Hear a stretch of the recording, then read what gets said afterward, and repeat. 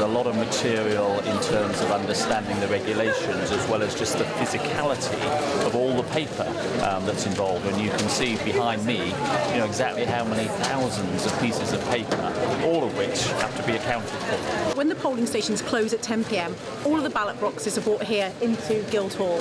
The room here is split into two constituencies. You have Portsmouth South constituency over there and Portsmouth North constituency right behind where I'm stood now. And what happens is that all of the different areas of the city, Baffins, Cockner, Paulsgrove, Hilsey, Central Southsea, all of those different ballot boxes are opened in sequence. And initially they do a verification of the vote. So they open the ballot boxes and they are just looking to see how many votes are in that ballot box and if it tallies up with how many should be in there. Then once they've done the verification, which normally takes between 10:30 once they start until about midnight, 1 o'clock, they then start to count them. They are mostly staff who work for the council, so an email goes out in about February time asking for volunteers. If we don't get enough volunteers from within members of staff at the council, we then put adverts in papers and we go out and recruit. Since the advent of postal votes being available on demand, you effectively end up running two elections. You've got the postal election and you've got the polling station election.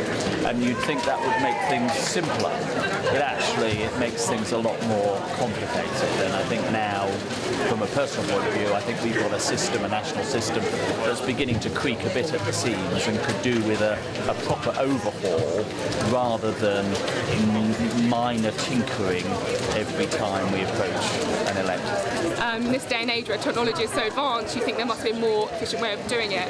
Especially considering if you had electronic vote, you could really know rather instantly the minute the polling stations are closed. You know who's won and who's not. You don't have to go through hours of counting to find out. There is a huge amount of work that's going on all the time. I feel sure that we could streamline it, and I suspect we could learn from some other countries about how they operate their elections. This is a system that's been going on for over 50 or 60 years, since after the war. And I think that actually if there was a proposal to take away the ability to go to the ballot box and to do online voting, I think there would be a little bit of a kickback. I think people in the UK like to have their democratic right to go to the ballot box. I know people, especially in the UK, like to hang on to traditional values, but as you can see here, use of paper still, where we live in a digital age. I understand that it's open to fraud and so on, which we've seen with postal voting and so on. But if you want to engage with the youth, certain aspects of society, we live in a sort of very on-demand society nowadays, so people don't necessarily have time to go to a polling booth, write on a piece of paper. If you can put it on an app, then I'm all for it. So, we use electronic means for a lot of our activities now, including things like our banking and other types of voting.